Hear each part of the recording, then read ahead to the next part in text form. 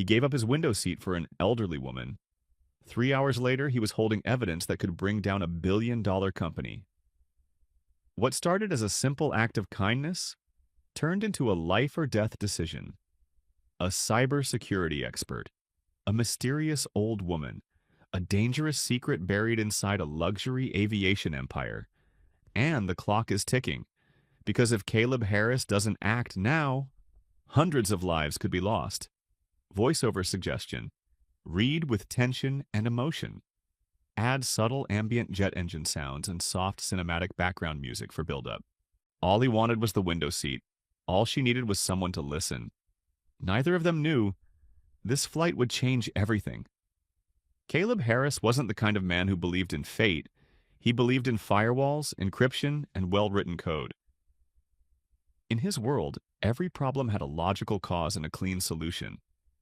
That morning, all he wanted was a smooth flight, an empty inbox, and a couple hours of solitude with his noise-canceling headphones, and the window seat he'd carefully reserved weeks ago.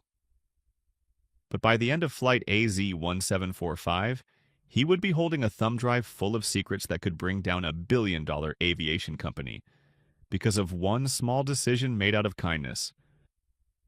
The day started like any other. O'Hare Airport was its usual mess. Long security lines, overpriced coffee, flight delays posted in glaring red on overhead screens. Caleb checked his phone. 7:14 a.m. His flight was on time.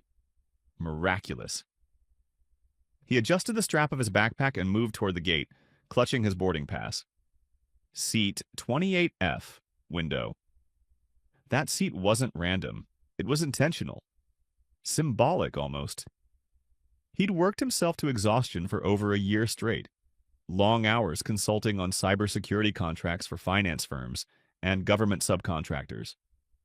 Now, at last, he had landed a lucrative deal with Bradford Aeronautics, a prestigious aviation tech company based in San Francisco. This trip wasn't just business, it was validation. At 37, Caleb had carved out an impressive reputation. From his start in the NSA to the founding of his own firm, Shield Core Security, he'd broken barriers in an industry that still wasn't used to seeing people like him at the top. But no matter how far he got, he still felt it. The weight of being watched, questioned, underestimated. And sometimes, that weight made him long for the peace found only at 35,000 feet, next to a quiet window, above the clouds where no one expected anything. As he boarded the plane and made his way down the narrow aisle, he scanned seat numbers. 26, 27, 28. And that's when he saw her. She stood alone, barely 5 feet tall, her silver hair cut into a neat bob. A cream-colored pantsuit, perfectly tailored. A string of pearls around her neck, not costume jewelry, but real. Her posture straight, shoulders back, but her hands shook as she tried to lift her carry-on into the overhead bin. There were people behind her, sighing. No one moved to help. Caleb didn't hesitate. "Allow me," he said softly, reaching up. He lifted the bag easily into place and gave her a gentle nod. She turned to him, surprised. "Thank you, young man." "Anytime," he replied. She stepped into the row and looked at her ticket. 28E, she said aloud, a slight drop in her voice. Middle seat, right next to Caleb's window. She glanced at 28 degrees Fahrenheit. A flicker of hesitation crossed her face. Barely perceptible. But Caleb saw it. He always saw it. That moment, subtle and fleeting, when someone realized they'd be sitting next to him, and didn't quite know how to feel. Normally, he would have shrugged it off, blocked it out. People carried their biases, and Caleb had long since stopped trying to fight them all. But something about this woman felt different. Her discomfort wasn't hostile, just human. "Would you prefer the window seat?" he asked. She turned to him, surprised. "The clouds are nice this time of day," he added with a small smile. She tilted her head. "That's very kind of you, but are you sure?" "I've seen enough clouds," he said. "Please, it's yours." She paused, really looked at him. Her eyes pale blue and sharp, studied his face as if measuring something deeper. "Thank you," she said. "That's rare." They settled into their seats. She gazed out the window. Caleb relaxed into the middle, pulling out his phone. Then she spoke again. "My name is Evelyn," she said. "Evelyn Bradford." "Caleb Harris," he replied, offering his hand. Her handshake was firm, confident. "You're in tech," she said. He blinked. "How could you tell?" She smiled. "Sticker residue on your laptop bag. Posture of someone who's been at a desk too long, and you're on a Tuesday morning flight to San Francisco, tech capital of the country." Caleb laughed. "You missed your calling as a profiler." "I've spent most of my life watching people," she said. "Eventually, you learn the patterns." As the plane took off and the skyline shrank behind them, the conversation unfolded like a well-worn novel. Evelyn wasn't just sharp. She was curious, layered, warm, without being overly familiar. She asked about his work, his family.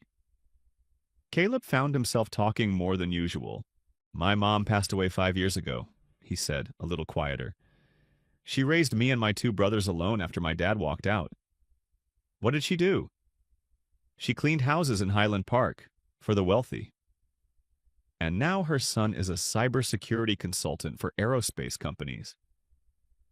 "She would have been proud," Caleb admitted, his throat tightening unexpectedly.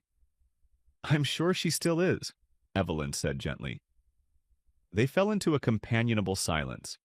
Then Evelyn added almost too softly to hear, "My son lives in San Francisco too. But he doesn't know I'm coming." Caleb turned to her. "Why not?" She didn't answer right away, just looked out at the clouds. A few minutes later, the drink cart came rolling by. "Water, please," Caleb said. The flight attendant handed it to him, but carefully, avoiding even the slightest touch of his hand. A familiar slight, subtle but intentional. Before Caleb could say anything, Evelyn spoke up. "I'll have a gin and tonic," she told the attendant. "And please, do remember your training about serving all passengers with equal respect." The flight attendant froze, cheeks flushing.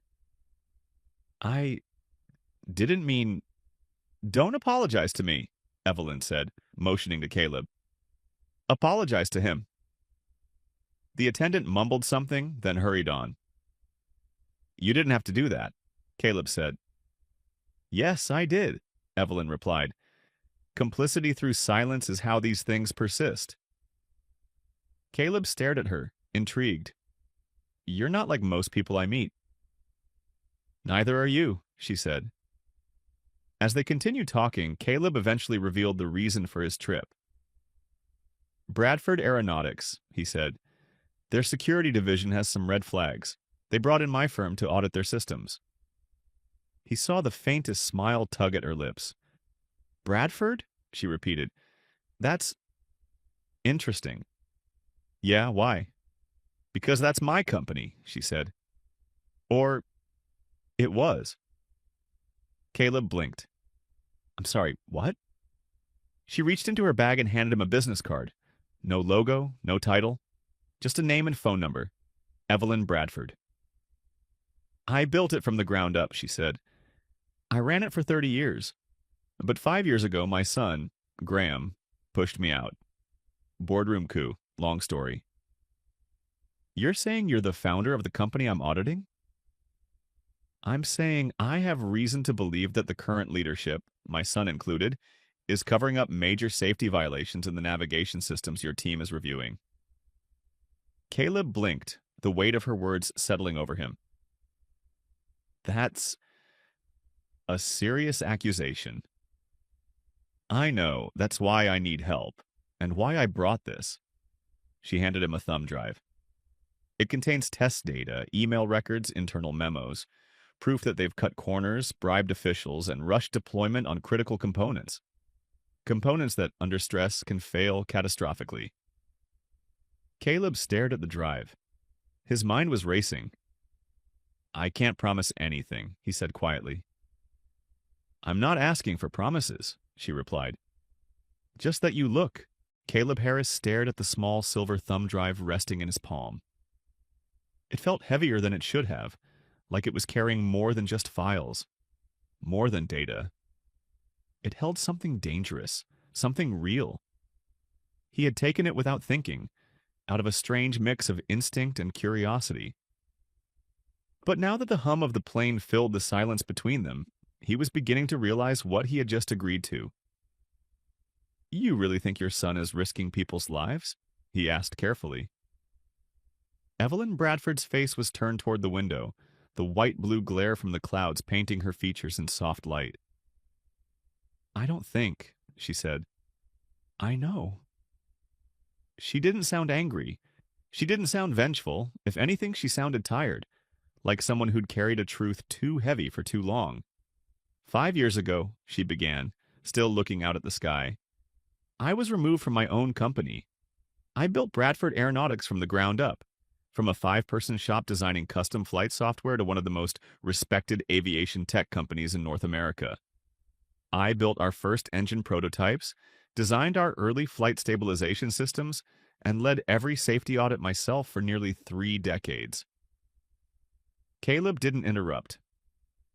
"My son Graham," she continued, "he was always ambitious. Smart, charming, ruthless when he needed to be. The board loved him, investors adored him, and slowly behind the scenes he started painting me as obsolete, overcautious, too traditional for an industry that, according to him, needed to move faster." She turned to Caleb now, her gaze level. "But aviation isn't like tech. You can't skip beta testing when people's lives are 30,000 feet in the air." Caleb nodded slowly. He understood. He'd seen enough cut corners in his field, enough arrogant developers and executives who thought rushing was innovation. "What happened?" he asked. "He convinced the board I was resisting modernization," she said. "And when I raised concerns about the new navigation systems, about redundancy being stripped out, about testing simulations being altered, I was told I was paranoid, that I needed to transition into retirement. And you didn't go quietly." "I went with dignity," she said, "but I didn't stop watching." She told Caleb about the breadcrumbs she'd followed, conversations with engineers who trusted her, quiet warnings from maintenance crews, an anonymous email from a former employee with access to internal documents. Then finally, 3 months ago, a courageous systems engineer sent her the modified specifications of the nav system being installed in several aircraft for commercial testing. "I had it verified by independent analysts," she said. "The conclusions were the same. Under normal conditions, it works fine. But during high-pressure events, electrical storms, power fluctuations, signal loss, it fails. The system can miscalculate altitude, drift off course, and it does so silently. No error flags, no warnings to the pilot." Caleb felt a chill. "How many planes are using it?" "It's still in limited testing," Evelyn said, "but the FAA contract is due for final approval next week. Once that happens, it goes global. Hundreds of jets, thousands of lives." He took a slow breath, trying to steady the storm in his chest. "And you came on this flight because—" "I knew you'd be on it," she said. Caleb blinked. "What?" "You're listed as lead consultant for Shield Corps on the Bradford audit," she said calmly. "I still have access to certain company briefings. I knew they were flying you in this morning. So I booked this flight, hoping I might speak with you before the vultures got to you first." He laughed, short, sharp, incredulous. "You engineered a meeting with me on a plane?" "I engineered jets for a living, Mr. Harris," she said with a small smile. This was easy. He looked at the thumb drive again. His thumb rested against the edge. He could almost feel the weight of it pressing through his skin. "This could get me fired," he said. "Yes." "It could destroy my firm." "Yes." "And if I act on it, it'll be your word against your son's. The company will rally around him. I'll be the outsider accusing a CEO based on evidence from a woman they've labeled unstable." "Yes," she said again. "And they'll come after you, hard."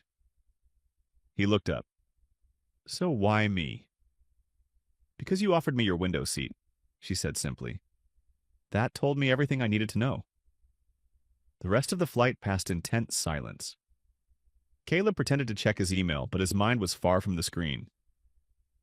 Every few minutes he found his eyes drifting to Evelyn, to the clouds, to the thumb drive. When the plane touched down in San Francisco, she stood and adjusted her coat. I'm staying at the Fairmont, she said. Room 1903. If you decide to look at the data, and you want to talk, that's where I'll be. Then she was gone, swallowed up by the crowd in the terminal, her elegant silhouette disappearing into the flow of passengers. Caleb stood at baggage claim, the thumb drive burning a hole in his pocket. He had choices. He could ignore it. Focus on the audit, finish the contract, cash the check. Or he could look, but if he did, if the evidence was real, then he'd be holding a bomb, a moral one that couldn't be diffused quietly. He got in his Uber. The sun was rising over the bay as the car glided down the highway. Caleb didn't see the water, didn't see the skyline. He only saw his reflection in the window and the ghost of a man who once tried to speak up and wasn't heard. His father. That night, Caleb sat on the hotel bed, cross-legged, laptop open. It took 2 minutes to decrypt the thumb drive. 3 minutes to realize it wasn't a bluff. By the 10th minute, he was sweating. Charts, reports, altered simulations, memos between executives discussing acceptable failure thresholds, correspondence with an FAA official's brother, head of a consulting firm that had suddenly received millions in contracts. And at the center of it all, Graham Bradford, CEO. Evelyn's son. The man who now ran the company Caleb's firm had been hired to protect. At 2:37 a.m., Caleb leaned back against the headboard, his heart pounding. He picked up his phone, opened Evelyn's card. His thumb hovered over the number. He didn't call. Not yet. He needed to think. But what he didn't know, what Evelyn didn't know, was that they were already being watched. From the 47th floor of the Bradford Aeronautics headquarters, Graham Bradford stood in his private office, staring out over the city, a crystal tumbler of scotch in his hand. He took the bait, said the man behind him, Lawrence Dean, head of security. The old woman gave him the drive. We've confirmed it. Of course she did, Graham muttered. And? Dean asked. What's the move? Graham turned. His smile was sharp, dangerous. Let him look. Let him think he's uncovering something. It'll make it all the more satisfying when we crush him. He took a sip of scotch and walked toward the massive portrait of his father on the wall. Besides it, he said softly, this company doesn't belong to her anymore. It belongs to me. Sometimes the most dangerous truth isn't what people hide. It's what they convince themselves isn't worth exposing. Caleb Harris hadn't slept. It had been 24 hours since he boarded flight AZ-1745 and met Evelyn Bradford. 24 hours since she handed him a thumb drive filled with damning evidence against her own son. 24 hours since he crossed a moral threshold that no amount of encryption could hide him from. Now, seated in a cafe off Union Square, Caleb stared at his untouched coffee while Evelyn sat across from him. Calm, poised, every bit the seasoned engineer and ex-CEO. But her eyes carried something else. A storm. We need to act now, she said. Caleb nodded but didn't look up. What we have may not be enough. They'll discredit you. Say you're bitter. That you're too old, too emotional, too vengeful. I don't care what they say about me, Evelyn replied, but I care what they'll say after a crash, after people die. An insider ally. The only way forward was to get inside. They needed someone within Bradford Aeronautics, someone with access to the company's inner workings, beyond what Caleb could see from his contracted security audit. Evelyn had an idea. There's one person who might help, she said.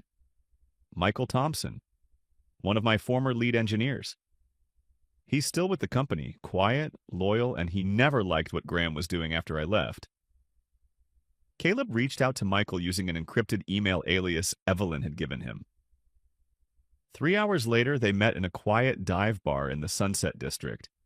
Dim lighting, loud music, and enough noise to keep conversations private. Michael was in his early 40s. Worn face, tired eyes, brilliant mind. He looked like someone who'd been surviving, not thriving. "I always knew it would come to this," he told them after Caleb laid out the situation. "I've been logging every suspicious directive for months. Red flag memos, altered reports, even a video from a failed simulation they buried." "You still have all of it?" Evelyn asked. Michael nodded. "Backed up, stored offline."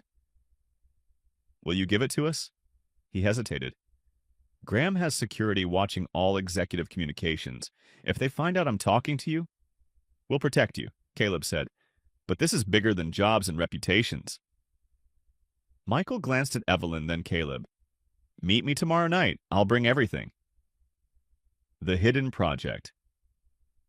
The next day, in a discreet rented office space, Caleb and Zoe examined the files Michael had provided. That's when they discovered it. Project Horizon. The folder was buried 6 directories deep in an internal server snapshot. "What the hell is this?" Zoe asked, eyes narrowing. Caleb read aloud from one of the memos. "Horizon patching approved for early phase installation. Full Cypher protocol integration pending legal clearance. No further engineer review required." "Cypher?" Evelyn said sharply, leaning forward. "That was a fail-safe software we developed years ago. It was designed to push emergency flight corrections remotely in case of failure. But it had too many security vulnerabilities. We shut it down." Zoe's fingers danced across her keyboard. "Looks like Graham reactivated it. Project Horizon is the deployment mechanism." Caleb stood. "So, not only are they pushing flawed navigation systems, they're installing a remote control patching tool that hasn't been properly tested. And which can be hijacked." "It's a backdoor into any plane using their systems," Evelyn whispered. "Unsecured, untested, invisible to the pilots." The room fell silent. Then Caleb muttered, "If even half of this gets out, it'll burn the company to the ground." The betrayal. The next morning, Evelyn called Caleb in a panic. They got to Michael. "What?" "He was arrested. Bradford's private security team says he was caught trying to steal proprietary code. They've already sent a statement to the press." Caleb slammed his fist against the wall. "They're framing him." "And now they've shifted the story," Evelyn said. "Instead of talking about safety, the headlines will be about corporate espionage." Zoe appeared in the doorway. They just scrubbed Michael's employee profile from the company site, like he never existed. Caleb paced. "They're trying to bury us before we even speak." "We need another way," Evelyn said. "Someone with reach." The journalist enters Sarah Mitchell, award-winning investigative journalist, known for exposing corruption in big pharma and government defense contractors. Evelyn had crossed paths with her during a Senate committee hearing years ago. She reached out. Sarah responded within the hour. They met at an old publishing house converted into a private co-working space. "I've had eyes on Bradford for a while," Sarah said. "Too many rapid approvals. Too much lobbying. Something smelled off. Now you're telling me they've revived a dead safety protocol and are hiding failure reports?" "Among other things," Caleb said. Sarah skimmed the files on the tablet Zoe provided.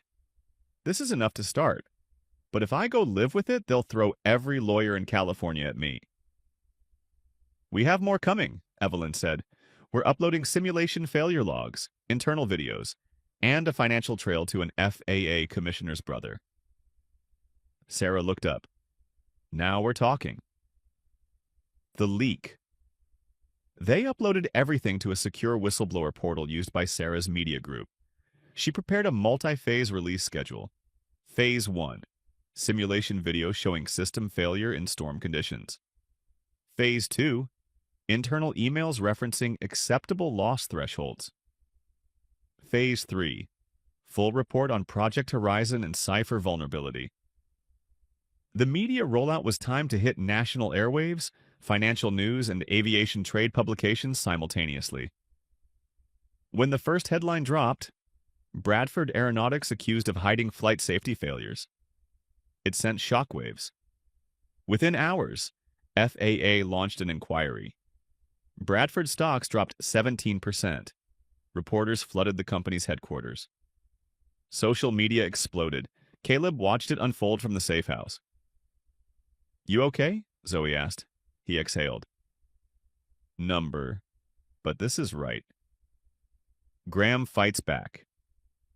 At Bradford Tower, Graham Bradford stood in front of a dozen flat-screen monitors in his private operations room. "They beat us to it," Alexandra Voss said grimly. "Leak it's controlled," he snapped. "It's calculated. They had help." "Media has the full simulation logs now. FAA's breathing down our necks, and shareholders are demanding answers." He looked at his head of security. "Where's Evelyn?" "We lost her trail after she left the Fairmont," Dean replied. "But we believe Harris is still working with her." Graham's face darkened. "Then make it personal." The ambush. That night, as Caleb stepped out of the safe house to take a private call, a van screeched around the corner. He turned just in time to see two men in black rush him. One grabbed his arm, the other reached for his bag. Caleb fought back. Hard. He elbowed one in the face, dropped to the ground, and rolled toward the alley. Zoe opened the door just in time. "Get in!" They slammed the door behind them and sped off. "Tracking devices disabled," Zoe said, breathless. "We're moving locations. Now." Caleb clutched his shoulder, bruised but intact. "They're not trying to silence us through courtrooms anymore." The confrontation. 2 days later, Sarah's final report aired. It included Evelyn on record. "I was erased," she said in the interview, "but I never stopped watching. Bradford Aeronautics was once about safety, about legacy. Now it's about deadlines and profits. And if speaking the truth costs me my name, so be it." Graham responded with a counterstatement. "She's my mother, I love her, but she's wrong." But the damage was done. The FAA halted all approvals. Congressional hearings were scheduled, and whistleblower protections were activated for Caleb and Zoe. Closure. In the aftermath, Bradford Aeronautics was forced to restructure. Graham stepped down. Evelyn was appointed as an interim advisor, under the condition that safety audits would now be fully transparent and reviewed by third-party engineers. Michael was released. Charges dropped. Caleb returned to his firm, but things had changed. He was now a symbol: invitations to speak, offers from universities, legal interviews. But he stayed grounded, because it wasn't about attention. It was about doing what his father couldn't do in time. The final conversation. On a quiet morning, Caleb met Evelyn at the cafe where it all began. "I was hoping I didn't ruin your life," she said with a soft smile. "You gave it meaning," Caleb replied. She reached into her bag, handed him a card. "Bradford Foundation. We're starting a scholarship program for young engineers who understand the cost of silence. I want you on the board." Caleb took the card. "And the window seat?" he asked, smiling. Evelyn raised an eyebrow. "You sure you don't want it this time?" They both laughed. It's easy to fight for the truth when no one's watching. The real battle begins when everyone is. The echo after the explosion. Caleb Harris stood on the rooftop of the old building that had become their makeshift war room for the past week. From this height, the city looked smaller. The sun was rising, casting a golden hue over San Francisco Bay, as if the world didn't just shift on its axis 2 days ago. Below, chaos reigned. Bradford Aeronautics was in free fall. Evelyn's interview had gone viral, Sarah Mitchell's expose had been shared by every major outlet, and the FAA had issued an emergency suspension of all certifications pending investigation. But now that the storm had hit, the silence afterward was heavier than expected. Caleb's phone wouldn't stop buzzing, but it wasn't the kind of attention he wanted. Media requests, legal threats, Anonymous messages, hack attempts on his home router, journalists camping outside his office. His team divided, some inspired, others afraid. He had told the truth, but telling the truth didn't mean the world celebrated you for it. Evelyn's moment of stillness. Downstairs, Evelyn Bradford stared at her reflection in the windowpane. Not at her face, but at her eyes. Those blue-gray eyes that once commanded respect in boardrooms and labs. Now they just looked tired. The adrenaline that had kept her upright over the past week had finally faded. In its place was an old familiar ache in her bones, her lungs, her chest. The chemotherapy had done its work, but so had the stress. A soft knock. Caleb stepped in, holding 2 mugs of tea. "You're up early," he said. "Or never really slept," she murmured. He handed her the tea, sitting across from her. They didn't speak for a long moment. The silence was comforting. Then Evelyn finally asked the question she'd avoided since the leak. "Do you think he ever loved me?" Caleb blinked. "Graham?" She nodded. "He did. I think maybe he still does. In the only way he knows how." Evelyn smiled bitterly. "That's the worst part, isn't it? When your own child sees you as the obstacle." "He saw your caution as fear," Caleb said. "Not as strength." "He saw it as weakness," Evelyn corrected, "because he only values control." Graham in the dark. At the Bradford Tower, the offices were half empty. Graham Bradford sat alone in his once grand corner office. The city stretched before him.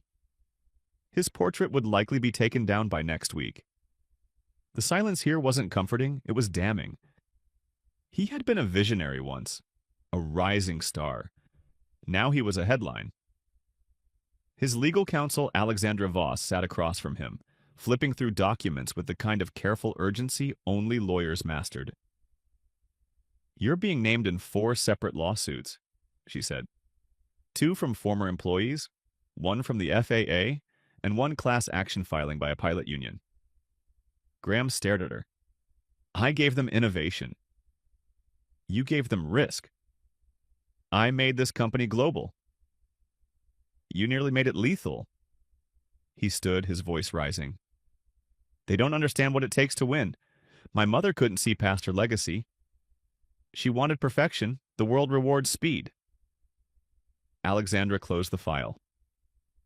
"The world also buries those who get people killed." Her words echoed too long in the quiet. Then came the knock. It wasn't security. It was Michael Thompson, released, exonerated, and escorted by the whistleblower task force. Graham looked at him like a ghost had appeared. "You," he said. Michael didn't flinch. "We're here to take your statement. Voluntarily or not." The price of truth. Back at the safe house, Zoe sat cross-legged on the floor, watching 3 screens at once. Code scrolled. Alerts pinged. Backup files duplicated to cold storage. She glanced over at Caleb. "You realize you just tanked a $12 billion company, right?" "Wasn't just me." "No," she agreed, "but you're the one they're putting on camera." She clicked a clip from a morning show. Former NSA cybersecurity specialist Caleb Harris may have risked his career, perhaps even his safety, to expose what could have been one of the greatest aviation safety cover-ups of our time. He sighed. "I didn't do it for this." "I know. But now that the world knows your name, they'll try to control what it means." A rift between alleys. Later that night, Evelyn and Caleb met with Sarah Mitchell again. She had a new idea. "We've been contacted by several aviation families who lost loved ones in crashes, similar to the failure patterns you exposed," Sarah said. "They want to sue, and they want you both to testify." Caleb nodded. "Good, let's do it." But Evelyn hesitated. Her hands trembled slightly. She tried to hide it by adjusting her scarf. "I'm not sure I can," she said softly. Sarah raised an eyebrow. "You've come this far." "I don't want my final act to be a courtroom brawl," Evelyn said. "I want to rebuild something. I want to leave behind a company that finally learns from its mistakes, not destroy it. Sarah leaned forward. Evelyn, the world only learns when it bleeds first. There was silence. Tension. Caleb turned to Evelyn. You're scared the company won't survive. No, she said. I'm scared it will, without ever changing. Graham's reckoning. Graham sat alone in the cold briefing room of a federal building. No monitors, no whiskey, no power, just a man. And what was left of his name. Michael, now cooperating with investigators, entered with a small tablet. I want to show you something, he said. It was a video, a simulation, one of the failed tests Graham had buried. In the footage, a commercial flight hit by sudden turbulence. The navigation system fails. Alarms glitch, the jet nosedives, the screen fades. Then the camera turns to Robert Thompson, Caleb's father, an old security archive from a company that had worked with Bradford years ago. In the grainy footage, Robert says, I don't care what they say. That component's not ready. If they don't fix it, someone's going to die. The date, 1 week before Flight 1723. Graham closed his eyes. It was the first time anyone had ever shown him what guilt looked like up close. Final choices. Evelyn sat by the window again, wrapped in a blanket. The fog over the bay reminded her of the early days at Bradford, when the company was just 5 engineers and a dream. She wasn't sure how much longer she had left, but she did know this. She couldn't die with her son hating her. So she wrote him a letter. Not a legal statement, not a press release, just a letter. From a mother. To a son. She left it with Caleb. If he ever asks why, she said, give him that. The interview. 2 weeks later, Caleb sat in front of a camera again. This time, it wasn't Sarah's. It was the Senate Oversight Committee. Mr. Harris, the chairman asked, do you believe your actions endangered the company? No, Caleb replied. I believe the company endangered the public. Would you do it again? He thought of his father, Evelyn, Zoe, Michael, the people who had been silenced, the people who had chosen not to be. Yes, he said. Every time. Closure 1 month later, Evelyn passed peacefully in her sleep. Caleb was there. So was Graham. He hadn't spoken since the hearings. He hadn't asked for forgiveness. He just stood by the window where she used to sit and wept. A new perspective. The Bradford Foundation for Ethical Engineering was launched that spring. Caleb chaired the board. Zoe led the cybersecurity division. Michael returned as a safety consultant. The foundation's slogan was simple. Design as if your mother's on board. Sometimes the only way to fix a broken system is from inside the room where it broke. The invitation. It had been 3 weeks since Evelyn Bradford passed. The press had quieted. The lawsuits were moving slowly through the courts. FAA regulations were under overhaul, and Bradford Aeronautics, now under emergency executive review, was rebranding faster than it could recover. Caleb Harris had returned to his cybersecurity firm ShieldCore, hoping for some sense of normalcy. But there was no normal anymore. Not after what he'd seen. Not after what he'd done. And then came the email from interim.chair@bradfordaero.com. Subject: private meeting request. Urgent Caleb. The board would like to discuss a proposal with you. It's not about revisiting the past. It's about building the future. Tomorrow, 10 a.m., conference room 21B. No press, no lawyers, just truth. Alana Reyes, interim chairwoman. Caleb read the message 3 times. Zoe sat across the room watching him. Let me guess, she said.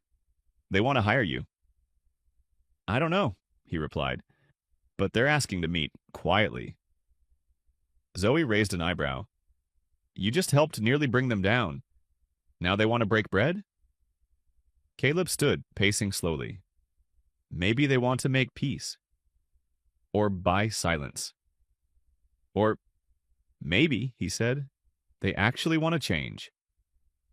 The offer. The next morning, Caleb stepped into the Bradford Tower, not as a contractor, not as a whistleblower, but as someone the company now viewed with reluctant respect. Conference Room 21B was already occupied by 5 people, all wearing various shades of cautious hope. At the head sat Alana Reyes, a woman in her 60s with sharp eyes and a former pilot's posture. "Mr. Harris," she said, standing, "thank you for coming." Caleb nodded, shook her hand, and took a seat. "What is this?" Alana didn't smile. "A proposition." She tapped her tablet and slid it to him. "Executive role, Director of Safety and Systems Ethics status. Independent, autonomous, answerable only to board oversight. Authority, audit all departments, overrule deployments, suspend products. Budget to be determined. Immediate access to internal systems." Caleb stared at the screen. "You want me to work for you?" "We want you to change us," she said plainly. Evelyn was right. This company lost its soul chasing numbers. We need someone who's not afraid of saying no. Someone people trust.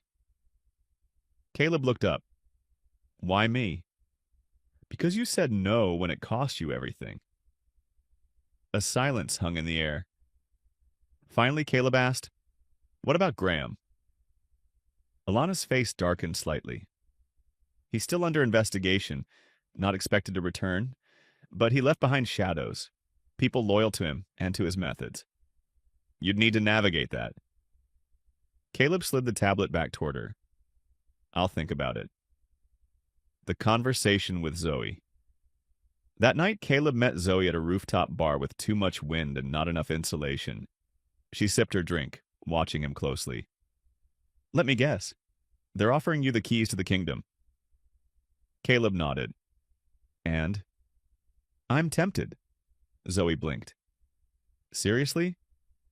I spent the last 2 years pointing fingers, fighting from the outside. What if I had the power to actually stop these things before they happened?" She leaned in. "And what if they're setting you up to be a figurehead? A puppet to say, 'Look, we have morals now,' while they continue business as usual behind closed doors?" Caleb didn't answer. "Look," Zoe added more gently, "you want to change the system? I get it. But don't forget, systems have teeth and memories, especially the ones you embarrassed on national television." A voice from the past. 2 days later, a letter arrived at Caleb's office. Handwritten, no return address. He opened it slowly. "Caleb, if you're reading this, I'm already gone. And I'm glad you didn't stop. I spent my whole life building something, and the moment I let my guard down, even for family, it began to decay. You have the chance now to build something stronger. Not perfect, but honest. Don't let fear be your compass. Let your conscience be. I've left one more gift for you. Check the engineering archive under Swan Protocol. Evelyn." "Swan Protocol?"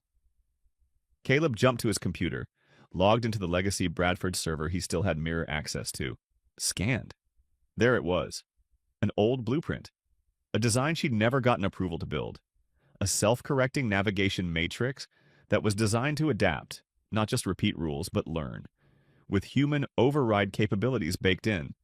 It was revolutionary and completely shelved. The second offer. 2 days later, Caleb returned to Bradford Tower. This time, he brought blueprints. Alana met him in the executive lab, where most former CEOs rarely ventured. "This is Evelyn's Swan Protocol," he said. "It's what she envisioned for the future." Alana reviewed it with a senior engineer beside her. After 20 minutes of quiet reading, she looked up. "This is brilliant." "It's expensive," Caleb added. "Slow to build. Requires a rework of most current systems."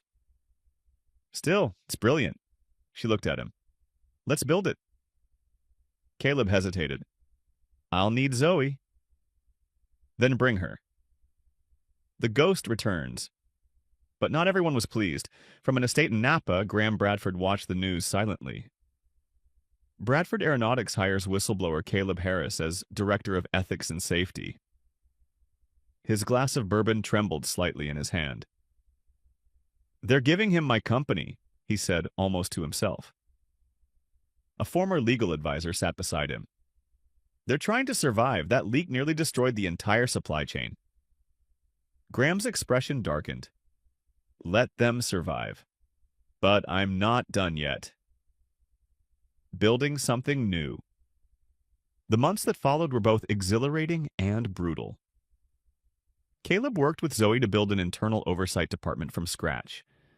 They created anonymous reporting systems, mandatory code reviews, psychological evaluations for leadership hires, and independent testing partners. The SWAN protocol entered prototype phase. Bradford began to shift from a company known for speed to one known for integrity. Stock prices dipped at first, but then investors returned, and with them, trust. One last letter. On the one-year anniversary of Evelyn's death, Caleb received one more item, a copy of her unpublished memoir left in the hands of her attorney. Its title, The Window Seat. He smiled, and in its final page she had written, "You never know when a moment of kindness might seat you beside destiny, so always leave room, especially by the window. It's easy to burn down a corrupt system. Much harder to rebuild something worth standing in its place." 6 months later, the buzz of fluorescent lights hummed over the open floor of the new Safety and Systems Ethics Division at Bradford Aeronautics. Glass walls. Whiteboards scribbled with code and questions. Teams working 18-hour shifts. In the center, Caleb Harris stood before a 3D model of the SWAN Protocol Flight Core, presenting updates to the board. His tone was confident but measured. Phase 2 passed every fail-safe simulation. The adaptive response algorithms held under 12 emergency scenarios. "We're ahead of schedule, but I recommend delaying field testing until the redundant matrix is revalidated." There was a pause. Alana Reyes, still interim chair, smiled faintly. "Delaying for safety? That's a sentence I haven't heard in years." There were a few tight chuckles in the room, but across the table not everyone was amused. Brent Mallory, a senior board member and major investor, leaned forward. "We've delayed long enough. Our competitors are closing the gap. Delay this much longer and we won't have a company left to protect." Caleb met his gaze. "Then maybe it shouldn't exist." Silence, and then Caleb added, "I'm not here to preserve what Bradford was. I'm here to make sure what comes next doesn't kill people." Cracks beneath the surface. Later that evening, in the quiet of his office, Zoe entered with her tablet under one arm, eyes guarded. "We need to talk." Caleb looked up from the simulation logs. Zoe shut the door behind her. "You're burning out the team." He blinked. "We're making progress." "At what cost?" "They're afraid to challenge you. You've gone full Evelyn, minus the part where she knew when to let people breathe." He leaned back, exhaling. Zoe continued, "This was supposed to be a revolution, but you're starting to look more like the people we overthrew." That stung. But maybe? She wasn't wrong. Shadows in the light. 2 weeks later, during a quarterly internal audit, Caleb stumbled upon something odd. A new subcontractor, Creston Dynamics, had been quietly greenlit to supply gyroscopic components for the SWAN prototype. He hadn't approved them. When he asked procurement who had, he was told, "The Executive Finance Committee signed off." He pulled the contract and saw Graham Bradford's name. Not directly, of course not, but a holding company, Westridge Technologies, had been granted special influence by legacy shareholder privileges. And Westridge was Graham's creation. A ghost returns. He confronted Alana immediately. "You told me he was done, that he wasn't coming back." Alana looked away. "We tried to keep him out, but he owns too many shares through shell corporations. Legally, he has a voice. And he's been using it." Caleb's jaw clenched. "Then he's still in control." "No," Alana said firmly, "but he's still dangerous." The line between lead and follow. That night, Zoe found Caleb in the testing chamber, alone, watching simulations on loop. Over and over, the system succeeded. And in one rare edge case, it failed. "Still at it?" she asked. He didn't respond. Zoe sat beside him. "You know," she said softly, "the more I look at this, the more I realize Evelyn didn't just build Swan to save lives. She built it because she knew leadership requires sacrifice, even of your ideals." Caleb finally turned. "I just wanted to build something good." "You are, but you can't do it alone. You need allies, not acolytes." He swallowed hard, then nodded. A decision under fire. The following week, Caleb was invited to speak at the World Aviation Safety Summit in London. A keynote. Global stage. The same one Graham had stood on 5 years earlier.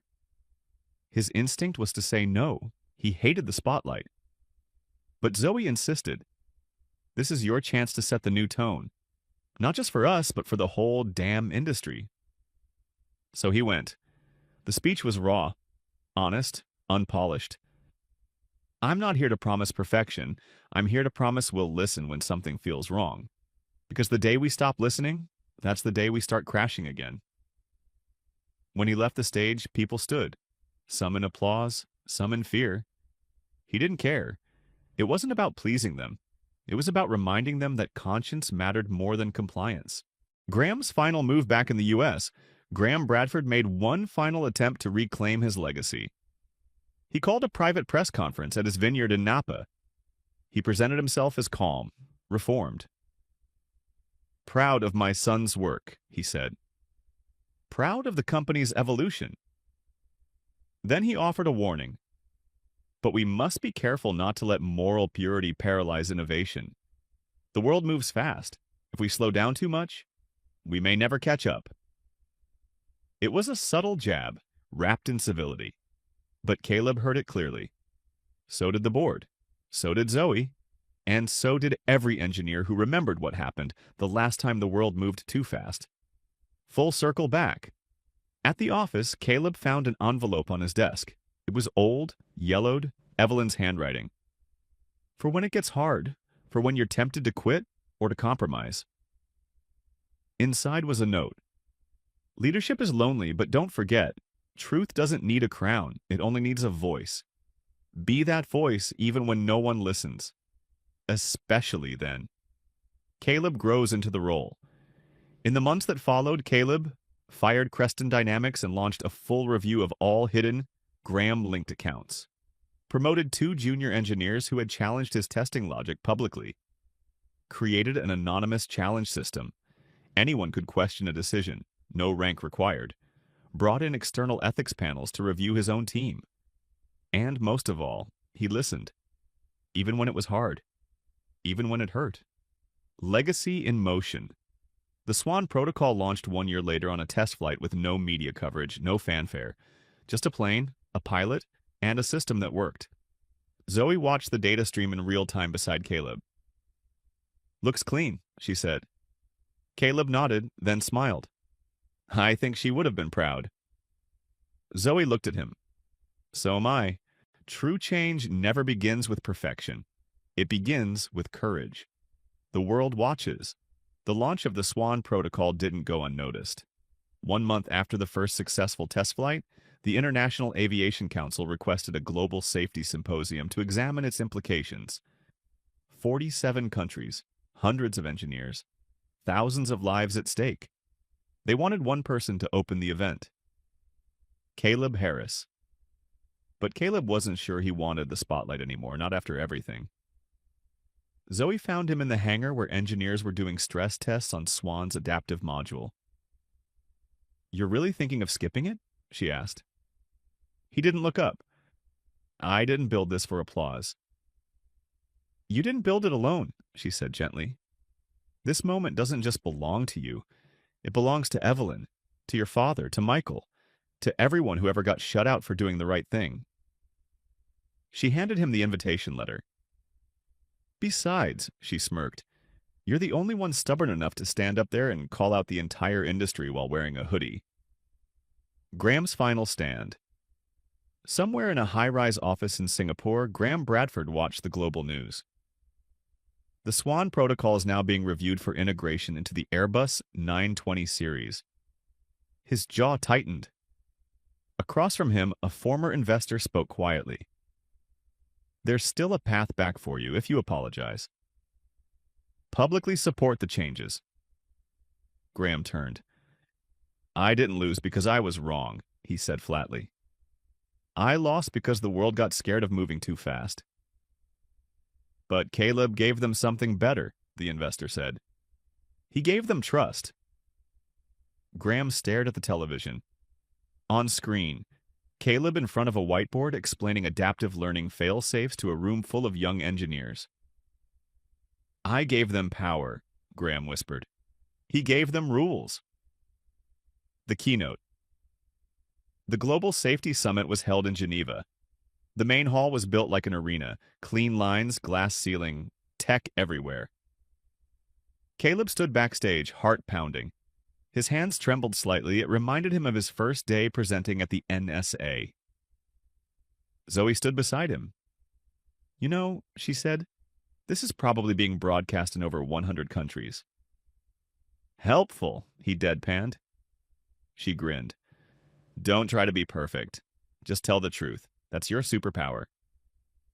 The lights dimmed. A voice echoed, Please welcome Caleb Harris, Director of Ethics and Systems Integrity at Bradford Aeronautics. Applause, spotlight. Walk to the podium, deep breath. The speech. Caleb looked out over the sea of eyes. Young engineers, seasoned regulators, executives, activists, survivors, families of crash victims, all waiting. He didn't read from a screen. He just spoke. I wasn't supposed to be here. Not as a leader, not as a face of anything. I started as the guy who tested lines of code and looked for gaps others didn't see. And then one day, I offered an elderly woman my window seat. That small moment, it led to one of the most important truths I've ever helped bring to light. It also cost me comfort, security, peace. But it gave me something greater, the chance to build better. I'm not perfect. Neither is the system I work in. But perfection was never the goal. The goal was to care enough to stop, look again, and ask harder questions. To demand that safety isn't the last thing we check, it's the first thing we design. The Swan Protocol isn't a product, it's a promise. That every life matters. That silence isn't neutral, and that courage isn't about being unafraid, it's about acting even when you are. We can build aircraft that fly higher, faster, farther. But if they're built on fear, on silence, on shortcuts, then we're only moving closer to the next tragedy. So let's build different. Let's build boldly. Let's build like someone we love is on board, because someday someone will be. There was a long pause. Then the audience stood, and the room erupted in applause. Backstage. When Caleb stepped off stage, Zoe was waiting. So were 4 young engineers from Brazil, India, Kenya, and South Korea. One of them, a girl no older than 22, held a notebook. Mr. Harris, she said, voice trembling, I study avionics in São Paulo. I want to design safety systems. Your work. Saved lives we don't even know yet. Caleb smiled gently. You'll do more than I ever could. A letter revisited. Back at his hotel that night, Caleb opened his suitcase. Inside, tucked between folders, was the now-worn envelope Evelyn had left behind. He opened it again. Truth isn't a destination, it's a direction. Keep walking toward it, even if it means walking alone. He looked out at the Geneva skyline. He wasn't alone anymore. The new flight. 3 months later, the first Swan-equipped commercial aircraft flew from San Francisco to Tokyo. On board were a crew that had been briefed on every fail-safe passengers who had read about the system and felt safer, and a young girl who, like Caleb once had, looked out the window dreaming of the sky. Her mother beside her whispered, "This one's safer." A man named Caleb helped make it that way. Final reflection. Zoe and Caleb sat on a park bench near the shoreline. The wind was soft, the waves quiet. I never asked, she said. Do you ever regret it? He was quiet for a moment. Then, not for a second. She nodded, then asked, So what's next? He looked at her, a soft smile forming. We keep building. Life lesson. Small actions, big consequences. Sometimes changing the world doesn't begin with a loud speech or a brilliant invention. It begins with a small, quiet moment of kindness. Caleb Harris never planned to become the face of aviation reform. All he did was offer his window seat to an elderly woman on a routine flight. But that act opened a door to truth, to courage, and to a path where doing the right thing would come at great personal cost. Through his journey, we learned that integrity isn't just about standing up when it's easy, but when it's lonely, inconvenient, or dangerous. Systems don't change by accident. They change when ordinary people refuse to stay silent in the face of injustice. Whether you're a software engineer, a mechanic, a student, or a parent, your voice matters. Your refusal to look away might be the one thing that prevents disaster or saves a life you'll never meet. Sometimes offering your seat means taking a stand. Real-life application. In real life, corporate negligence has led to tragic events, like the Boeing 737 MAX crashes or Theric 25 accidents, where flawed systems passed through unchecked because speaking up was risky. Caleb's story is fiction, but it's rooted in truth. Engineers, analysts, and insiders often spot the warning signs before anyone else. If you work in tech, aviation, healthcare, or any high-stakes industry, remember this. Your ethical compass is just as vital as your technical skills. Learn how to file internal reports, document concerns, and understand whistleblower protections. And if you're in a leadership position, create a space where dissent isn't punished, but welcomed. The safety of thousands might one day depend on whether someone felt safe enough to raise their hand and say, "This isn't right." Build systems with accountability. Build cultures with courage. Because in the real world, the stakes are just as high.